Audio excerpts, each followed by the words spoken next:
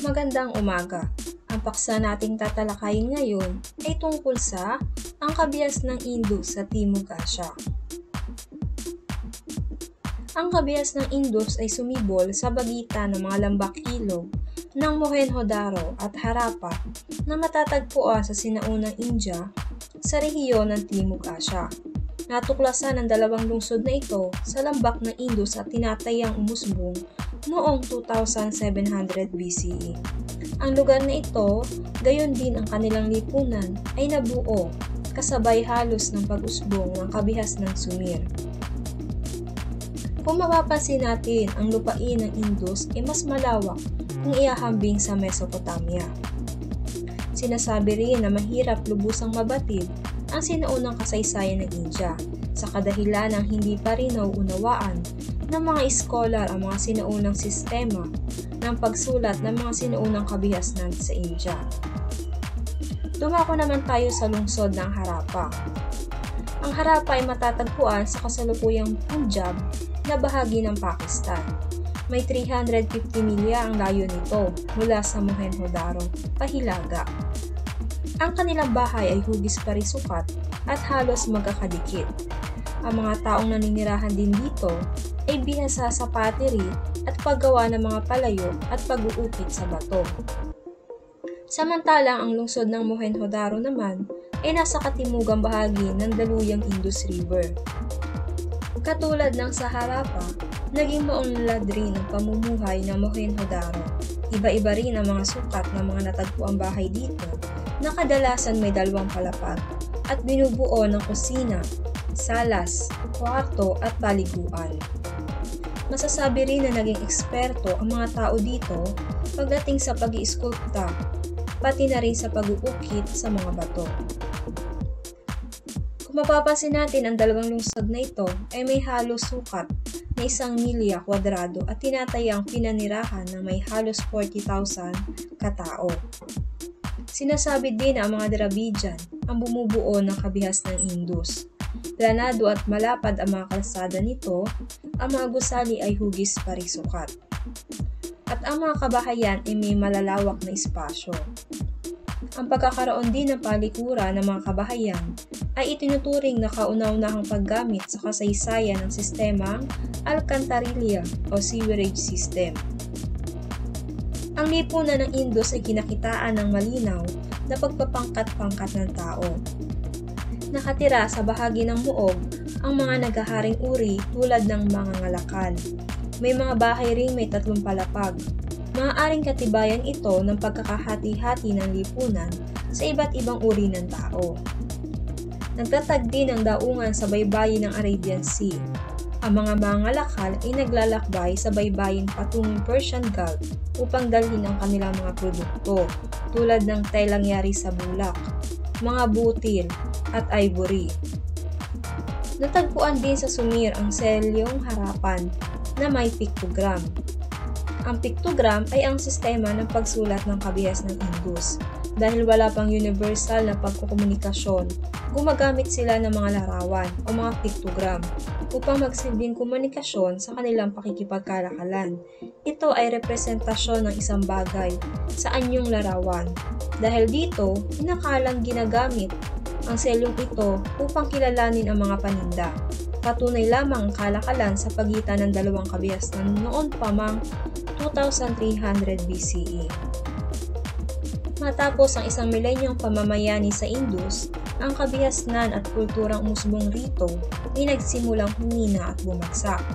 Ang Mohenjo-daro ay nilisa ng mga tao dahil sa panganib na dulot ng mga sumasalakay na tribo sa kanilang hangganan.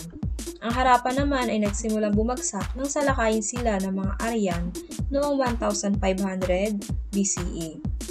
Ang mga Aryan ay sinasabing nagtungo pakanluran sa Europa at patimog silangan sa Persia at India. Dumako naman tayo sa panahong Vedic noong 1500 hanggang 500 BCE. Ang salitang Arya ay nangangahulugang marangal sa wikang Sanskrit. Ginamit ito upang tukuyin ang mga pangkat ng tao o lahi. Dinala nila sa mga rehiyong ito ang wikang tinatawag ngayong Indo-European. Ang Sanskrit ang wikang klasikal ng panitikang Indian nabibilang sa pamilya ng Indo-European. Ang mga makabagong wika tulad ng Hindi ay nag-ugat din sa Indo-European. Ang kaalaman ukol sa unang milenyong pamamayani ng mga Aryan sa Hilaga at Hilagang Kanlurang India ay hango sa aklat na tinatawag na Vedas. Ang Vedas ay ang tinipong himnong pandigma, mga sagradong ritual, mga sawikain at mga salaysay. Makikita dito kung paano namuhay ang mga Aryan mula 1500 BCE hanggang 500 BCE o tinatawag ding panahong Vedic. Nang lumao, nabuo ang tinatawag na sistemang case sa India. Ang katagang ito ay unang ginamit ng mga Portuguese na nakarating sa India noong ika-16 na siglo. Ang terminong ito ay hango sa salitang kasta na nangangahulugang lahi o angkan. Kung mapapansin natin, ang sistemang case nila, ang pinakatuktok o ang pinakamataas na antas ng tao ay tinatawag na Brahmin. Ito ay karaniwang mga pari. Sinundan ng satriya ng mga mandirigma, baisya na binubuo ng mga mangalakal, artisan, magsasakang may lupa, at sinundan ng sudra o ang mga magsasakang walang sariling lupa, Dravidian, ina po ng Aryan na nakapag-asawa ng hindi Aryan. At kung mapapansin nyo, may nakahiwalay na antas ng tao sa lipunan ng India. Ito ay tinatawag na pariya. Tinatawag din silang mga untouchable dahil ang kanilang mga gawain ay paglilinis ng kalsada, nagsusunog ng mga patay, o nagbibitay ng mga kriminal. Dumako naman tayo sa pagbuo ng mga kaharian at imperyo na naganap noong 500 BCE hanggang 500 CE. Unang imperyong nabuo ay ang Imperyong Maurya. Noong 322 BCE, nasakop ni Chandragupta Maurya ang dating kaharian ng Magadha at tinungo ang mga naiwang lupain ni Alexander. Sakop ng imperyong ito ang Hilagang India at bahagi ng kasalukuyang Afghanistan. Ang mga mahalagang pangyayari dito ay nang manatili ang Pataliputra na kabisera ng imperyong ito. Si Asoka ang pinakapinuno dito, na kinilalang pinakamahusay na pinuno at isa sa mahusay na pinuno sa kasaysayan ng daigdig.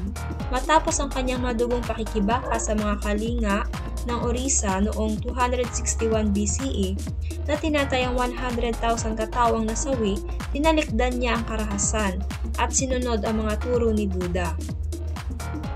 Ang naging pagbagsak naman ng imperyong ito ay nang nagsimulang humiwalay sa imperyo ang ilang mga estadong malayo sa kabisera.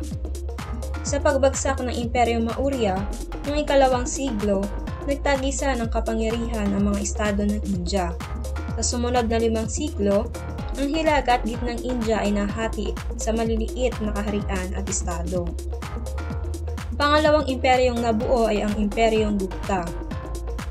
Ito ay pinangalan hango sa pangalan ng naunang imperyo, itinatag ni Chandragupta I. Ang mga mahalagang pangyayari dito, ito ay nang nakontrol muli ang Hilagang India. Muli ang kabisera ng imperyo ay nasa Pataliputra. Sa pamumuno ito ni Chandragupta II. Itinuturing itong panahong klasikal ng India. Naging epektibo ang pangasiwa samantalang ang panitikan, sining at agham ay yumabong. Maunlad ang mga larangan ng astronomiya, matematika at silohiya sa panahong ito. Ang kanila namang pagbagsak ay noong sumapit ang ika-6 na siglo. Nagsimulang humina at bumagsak ang Gupta sa kamay ng panibagong mananakop, ang mga White Hun, na maaaring mga Iranian o Turk mula sa Gitnang Asya. Dumako naman tayo sa ikatlong imperyong nabuo. Ito ay ang Imperyong Mughal. Itinatag ang Mughal ng masakop ni Babur ang Hilagang India at Delhi noong 1526. Ang mahalagang pangyayari dito ay nang narating ng imperyo ang tugatog ng kapangyarihan sa ilalim ni Akbar na namuno sa kabuuan ng Hilagang India mula 1556 hanggang 1605. Ilan pang magagaling na pinuno ang humalili kay Akbar, tulad din na Shah Jahan na nagpatayo ng Taj Mahal. Ang Taj Mahal ay isang magandang puting marmol na makikita sa lungsod ng Agra sa India. Ito ay malawak at itinuturing na isa sa pinakadakilang arkitektura sa mundo. Ang Taj Mahal ay pinatayo ni Shah Jahan para sa kanyang namatay na asawa na si Mumtaz Mahal. At si Aurangzeb na nagbawal ng sugal, alak, prostitusyon at sati o pagsunog ng buhay sa mga byuda. Ang pagbagsak naman nito ay dahil sa labis na humina ang imperyo dahil na rin sa pagdating ng makapangyarihang Ingles sa India.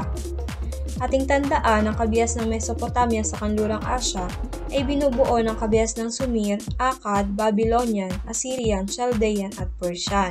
Samantalang ang kabias ng Indo sa Timog Asya inahati sa panahong Vedic at sa pagbuo ng mga kaharian at imperyo, tulad ng Imperyong Maurya, Imperyong Gupta at Imperyong Mughal.